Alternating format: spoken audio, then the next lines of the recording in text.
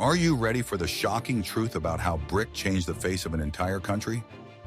We are used to thinking of Victorian England as a world of smoky chimneys and austere facades. But behind this image lies a series of bold decisions. The transition from wood to brick was not a fashion statement, but a means of survival and growth. This material brought together cities, factories, and railways, transforming a foggy empire into a network of reliable neighborhoods. In every house, in every yard, and along every railroad track, brick quietly did its job. Watch the video to the end to learn how simple clay became the language of power, order, and everyday comfort.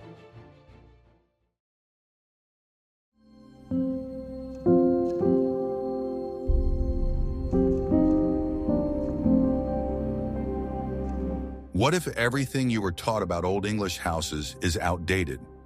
Until the middle of the century, wood seemed like the natural choice, but cities were growing rapidly, and the risk of fire frightened even the most daring builders. Dense development required a material that would not lose its shape, rot, or spark in furnace openings. Brick offered predictability, and predictability became the new luxury of rapidly growing centers. City dwellers wanted certainty, and fired clay walls provided it without lengthy explanations. The decision was not romantic, but coldly practical. I discovered this by accident. The memoirs of craftsmen reveal everyday details that explain a lot. Brick allowed for faster construction on flat and complex sites without the need for special forest preparations. It withstood damp winds and capricious weather well, without requiring rare resins and expensive impregnations. It sounded quieter underfoot and retained heat longer in rooms where coal was being saved. In areas with sea air, it showed a resilience that wood could not match. The city learned to save energy, not just money.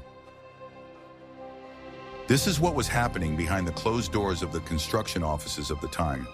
Municipal regulations gradually pushed developers toward fire-resistant partitions and solid facades.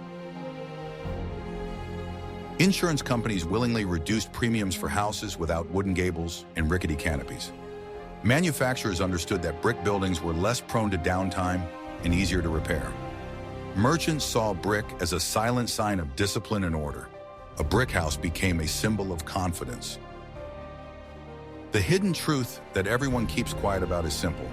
Mass production of brick and the development of logistics made the material accessible not only to the elite. Even ordinary builders could count on a uniform tone and smooth format without lengthy adjustments. Neighborhoods acquired a uniform rhythm, and streets became clear lines. The city ceased to be a lottery of materials and became a system. It would be very interesting to hear your point of view. Do you agree that brick was primarily a tool for peaceful, everyday life rather than beauty? Tell us what you think in the comments, and don't forget to subscribe to the channel.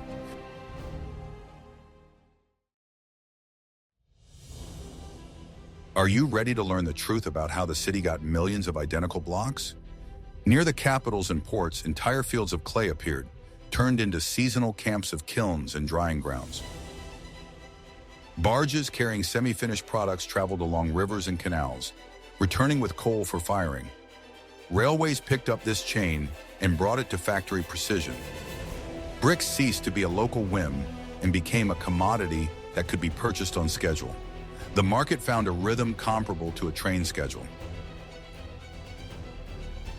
The standard growth story seems simple. Urban demand, the development of transport arteries, and lower costs merged into a single stream. Sellers no longer feared shortages, and contractors could plan neighborhoods years in advance. Competition drove down prices and pushed for the consistent production of batches of uniform quality. In a typical neighborhood, two houses could be built by different teams, but the bricks united them into a single street. This is how a new architectural literacy was created. Information worth millions is hidden in the logic of the roots. Wherever a station appeared, a brick and lime warehouse sprang up nearby. Wherever a bridge was built, temporary kilns and drying racks grew up nearby. The city and industry nurtured each other, and brick was their common currency. It could be counted, stored, and accepted at the site without unnecessary disputes. Each car became a promise of the next quarter. What happens in the shadows is especially noticeable on the outskirts.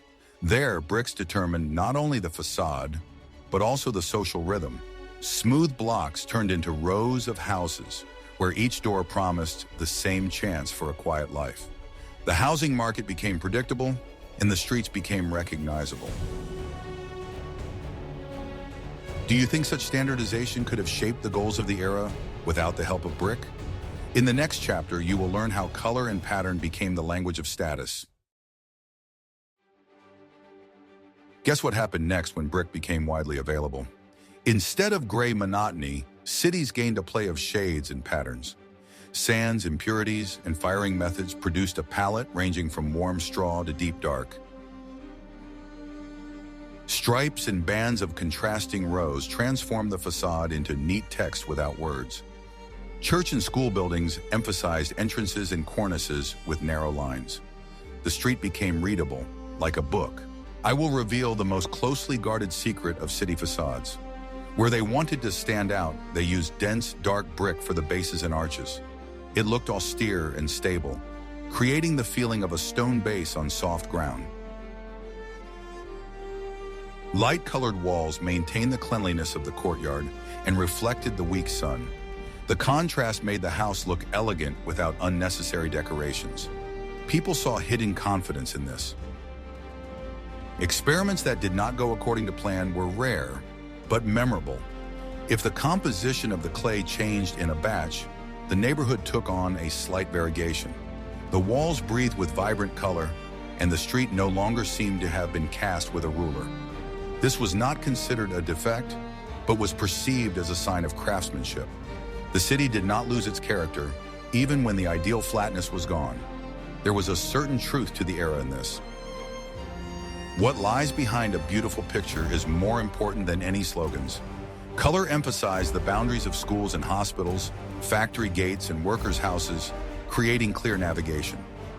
Brick ornamentation became a quiet indicator of belonging and purpose.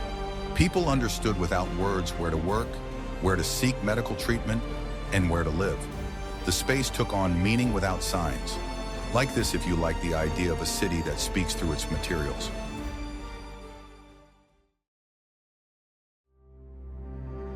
Want to know a secret that will change your view of an ordinary house? As cities grew, questions of light, air, and cleanliness arose. Brick walls made it possible to create courtyards and organize the layout of windows. Workers' houses began to have separate entrances and neat staircases with stable walls. There was more water and less dampness. Everyday life was given structure. The hidden code that changes everything is simple and understandable. During the difficult wet season, brick was less capricious and withstood weeks of rain more easily. Courtyards stopped turning into endless puddles at the foot of rotten walls.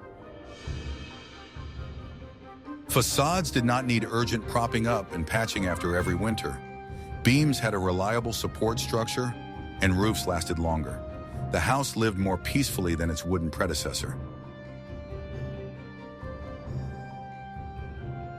What was found in the old archives shows attention to detail. Homeowners' reference books explained how to plan passageways and where to place stove niches so that heat would be distributed evenly. Brick held its shape and allowed interior partitions to be changed more often without threatening the facade.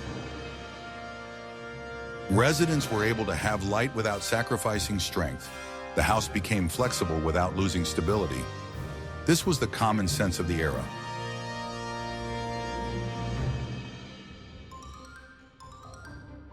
The secret, which has only now been revealed, sounds almost mundane. Massive stone neighborhoods gave rise to a new courtyard culture, where people dried laundry and repaired shoes without fear of sparks or subsidence. Neighbors communicated more often by sturdy walls rather than rickety fences. An ordinary day became safer and quieter. Do you think this silence was the invisible wealth of the city? In the next chapter, you will learn how railroads turned brick into a high-speed resource.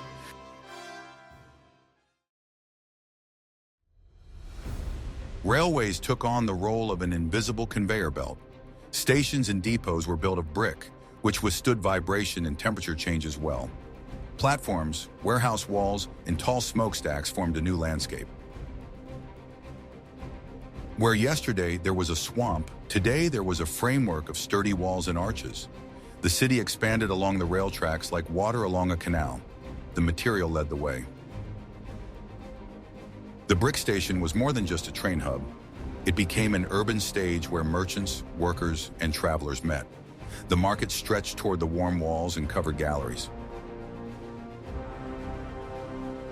Cafes took root in the basements. Shops occupied the corners. The station gave the streets rhythm and the neighborhoods confidence. The material helped to maintain this energy.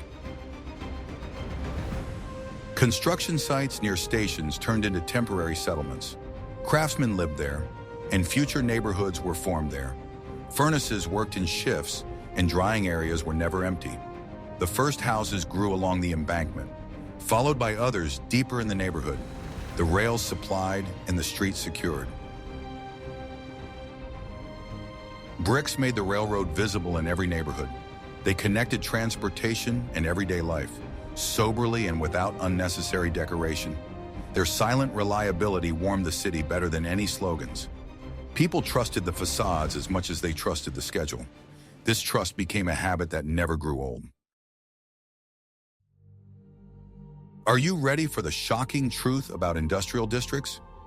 Factories needed buildings where fire and steam would not turn the walls into a hazard.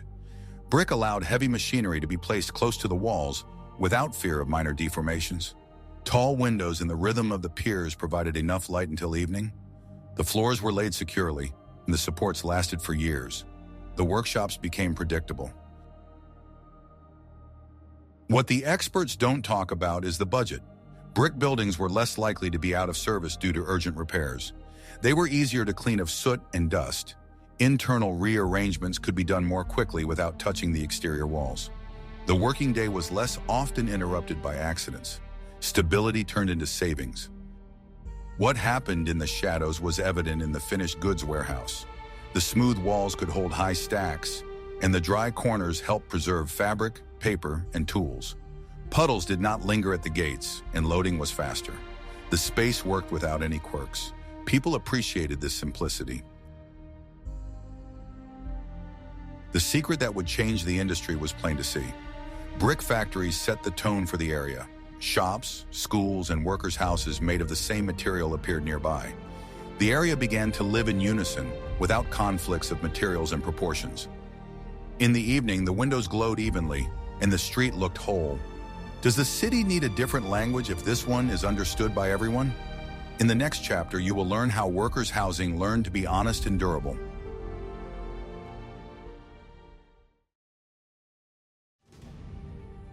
Neat terraces stretched row after row, as if woven into a single belt around the city. Their even lines provided protection from the wind, noise, and unnecessary gaps between houses. Each facade was part of the common breadth of the street. The doors looked directly onto the sidewalk, opening onto a world where movement and tranquility existed side by side. The windows were all the same height, reflecting the same sky. This repetition was not boring but harmonious, a sign that the people around lived in equal conditions. Brick allowed for economical construction, but not poor. Money was not spent on unnecessary decorations, but on things that made life comfortable. The layout was well thought out, the rooms were bright, and the stairs were safe. Inside, there were attics where everything necessary was stored, and small courtyards where laundry was dried, things were repaired, and firewood was chopped. The house ceased to be a temporary shelter. It became a place where everything made sense. The city respected simple logic. Everything here was subject to common sense. The uniform height of the cornices made the street look cohesive and calm, and the straight line of the roofs protected against hurricane-force winds. The narrow passages did not interfere with the breathing of the neighborhood. The wind passed freely, drying the pavement and preventing dampness from stagnating. Rainwater flowed down precisely calibrated slopes. After a downpour, the brick walls only darkened, but did not become capricious, retaining the heat inside. The stove heated evenly, and its heat was slowly absorbed into the mass of the house, creating a feeling of permanence. It was easier to maintain cleanliness and order in such houses because the space itself suggested where things should be placed. People appreciated this predictability. It was not a limitation, but freedom from chaos. A brick house for a worker did not promise luxury, but it provided the most important thing: stability. Every crack in the mortar was noticed in time and repaired without fuss. Replacing a door did not spoil the facade because everything was built on the principle of interchangeability. Repairs did not turn into a natural disaster. They were part of life, like cleaning or laundry. Brick taught patience. It demanded attention, but rewarded it with durability. Children grew up in these houses, then returned as adults to repair the roof or replace the floor, knowing that the house would accept them without resistance. It served not just one generation, but entire families, becoming part of their memory. The street of terraces became a symbol of a new everyday life. Here, neighbors knew each other by name, shared tools and coal, and left their gates ajar. Here, people understood the rules, not because they were dictated, but because they were reasonable. Children played along the curbs, and old people sat on their porches without obstructing traffic. In these houses, people learned to build relationships as evenly as the rows of bricks on the facade. It was a modest but enduring dream, to live in order, where each element held the next. It stood on simple blocks, tested by rain, time, and labor. The brick did not demand gratitude, but every evening, when the windows lit up, the city seemed to nod in response. Housing foundations built houses in which discipline and cleanliness became part of the architecture. Brick made this visible without loud gestures or expensive decorations. Its texture spoke of order in itself. The entrances were clear, with simple canopies, and the steps were wide so that one could climb without haste or fear of slipping. The staircases had even steps and good lighting, and the courtyards opened up to the sky, letting in light and air. Contrasting bands on the facades were not only beautiful, but also meaningful. They helped with orientation, created rhythm, and set the pace. People felt care in every detail, not ostentatious, but sensible and well thought out. These houses were built not for show, but for everyday convenience. Their purpose was simple and practical: to make order a part of life. A good house taught this better than any sermon or instruction. Laundry dried faster against a warm brick wall, and windows faced sunny courtyards where moisture did not linger. Children could walk to school without leaving the neighborhood, and when they returned, they would find their parents at the workshop, the shop, or on a bench in the courtyard. This is how the rhythm of the community was formed. Brick connected the paths of life, from childhood to adulthood, from work to leisure. It made space continuous and understandable. Philanthropists, engineers, and city administrators loved clear solutions. Brick allowed for block construction without impersonality. Each building had its own character, and the entire neighborhood had a common order. There was no ostentatious wealth, but also no poverty of form.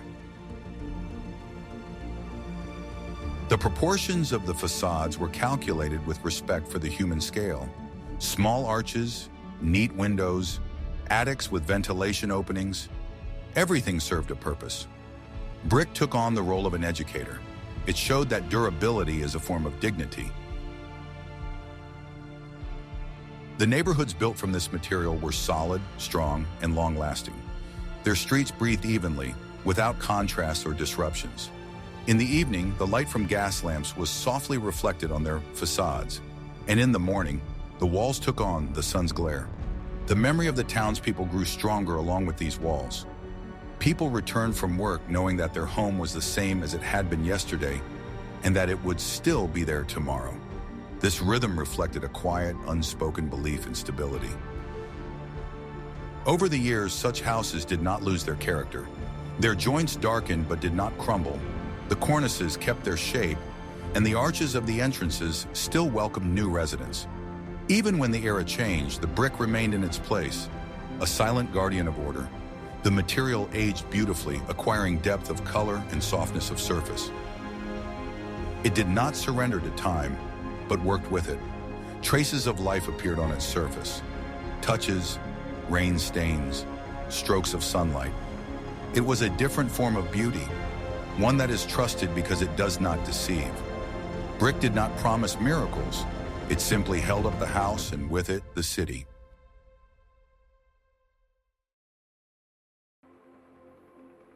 Kilometers of brick tunnels, collectors, and drainage passages ran beneath the city. A whole second life, hidden under the pavements, breathed its own rhythm.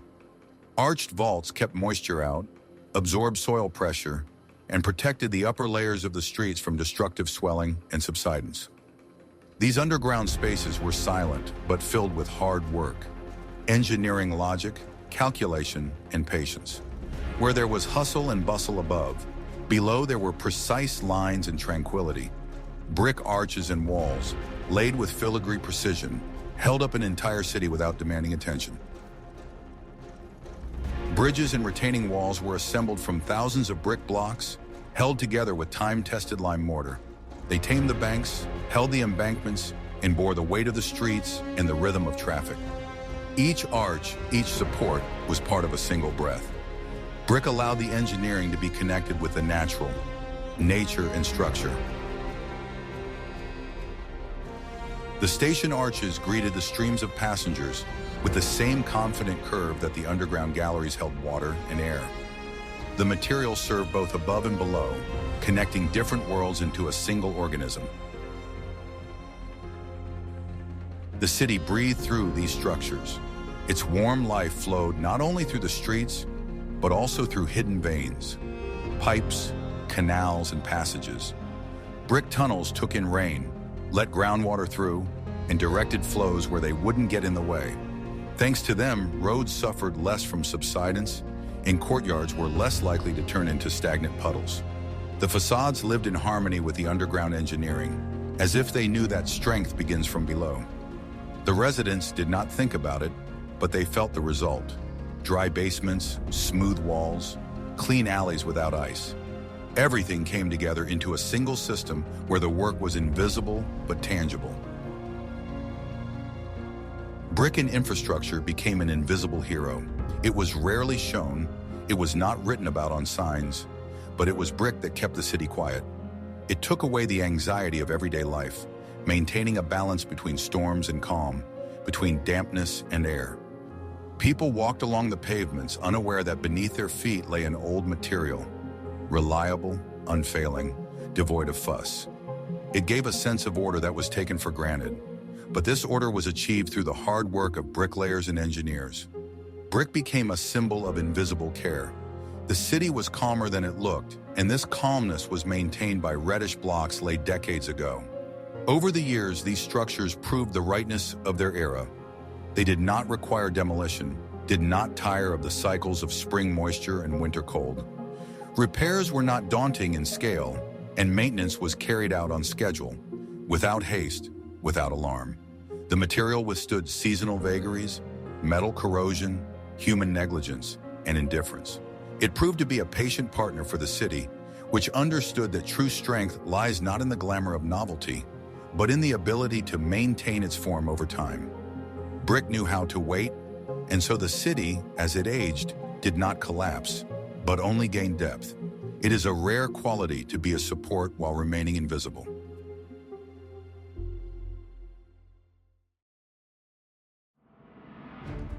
Brick embodied the new habits and expectations of city dwellers. It became a symbol not only of construction, but also of a way of life. People loved smooth walls that conveyed a sense of predictability and order. They were drawn to lines that could be read at a glance and understood without words. The predictable layout of houses and streets reflected the inner calm of the era, when things were in their places and time flowed evenly, without jerks. Roofs lost their pretentiousness. Facades lost their excessive rhetoric, but retained their dignity. Brick allowed for simplicity and honesty without losing weight. The fashion for ornamentation faded, giving way to the silence of large plains, in which architecture spoke not through pattern, but through proportion. The color of brick, from ochre to warm reddish, became the emotional tone of entire neighborhoods. Each shade bore the imprint of clay, light, and human hands. At the same time, respect for the material did not disappear. On the contrary, it became deeper. Brick remained a measure of quality, labor, and honesty. It was respected for its reliability, for keeping its word. Schools, libraries, hospitals, buildings where trust was kept, spoke the same language. Their facades inspired calm, firmness, consistency. People believed in stability because they saw it around them, in the neat masonry, in the symmetry of the windows, in the smooth rhythm of the streets. Courtyards promised order, and streets taught patience. Brick became not just a building material, but part of a social contract. It meant constancy, quiet strength, and respect for labor. This was the main legacy of the era, belief in form as a guarantee of meaning. Over time, brick learned to communicate with new forms. It accepted metal, concrete, and glass not as a threat, but as new neighbors. This was a rare virtue, the ability not to lose oneself in change.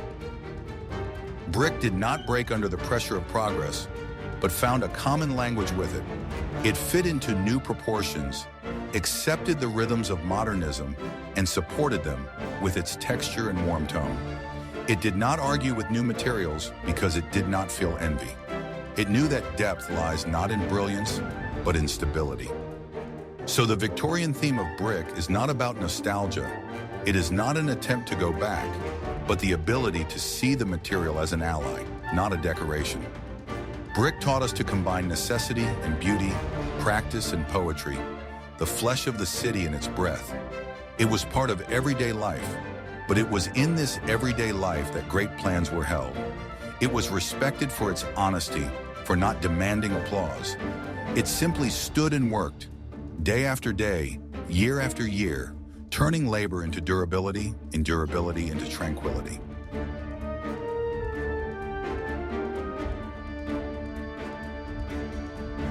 We saw how brick became the nervous system of Victorian England, connecting factories, homes, and stations into one calm organism. It gave cities predictability, people safety, and streets recognizability. The transition from wood to clay was not a fad, but a choice in favor of durability, order, and common sense. How do you like this topic, and what else would you like to learn about this era in future issues? Write your comments below and be sure to subscribe so you don't miss the continuation.